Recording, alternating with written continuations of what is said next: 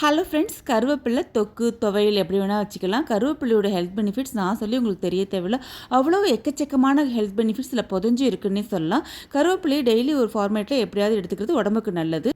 இப்போ கடாயில் நல்லெண்ணெய் விட்டு 2 கட்டி பெருங்காயம் சின்ன துண்டு சேர்த்துருக்கேன். கூடவே உளுத்தம்பருப்பு, கொஞ்சம் கடலைப்பருப்பு நல்லா 2 வறுத்துட்டு, அடுத்ததாக வரமல்லி கொஞ்சமாக சேர்த்துக்கலாம். ஒரு டேபிள் ஸ்பூன் அளவுக்கு, ஒரு கைப்பிடி சின்ன வெங்காயம், 10 பல் பூண்டு, இதை நல்லா வதக்கிட்டு கூடவே சின்ன துளி புளி, அதுக்கப்புறமா வரமிளகா நல்ல கை நிறைய அள்ளி 2-3 கைப்பிடி ஃப்ரெஷ்ஷான உருவின கருவேப்பிலை இது கூட சேர்த்துக்குவோம். இதையும் நல்லா பசுமை மாறாமல் வதக்கி எடுத்துடலாம். இப்போ அடுப்பை ஆஃப் பண்ணிட்டு இதுக்கு தகுந்த உப்பு சேர்த்துக்கலாம்.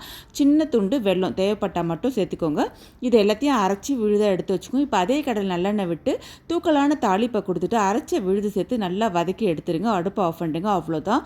இந்த துவையில் சுட சுட சாதத்தில் போட்டு பிரச்சனை சாப்பிட்டிங்கன்னா வேறு லெவலில் இருந்துச்சு ஃப்ரெண்ட். ட்ரஸ்ட் மீ, சூப்பராக இருந்தது. இதே மெத்தட் நீங்களும் ட்ரை பண்ணுங்கள். தேங்க்யூ.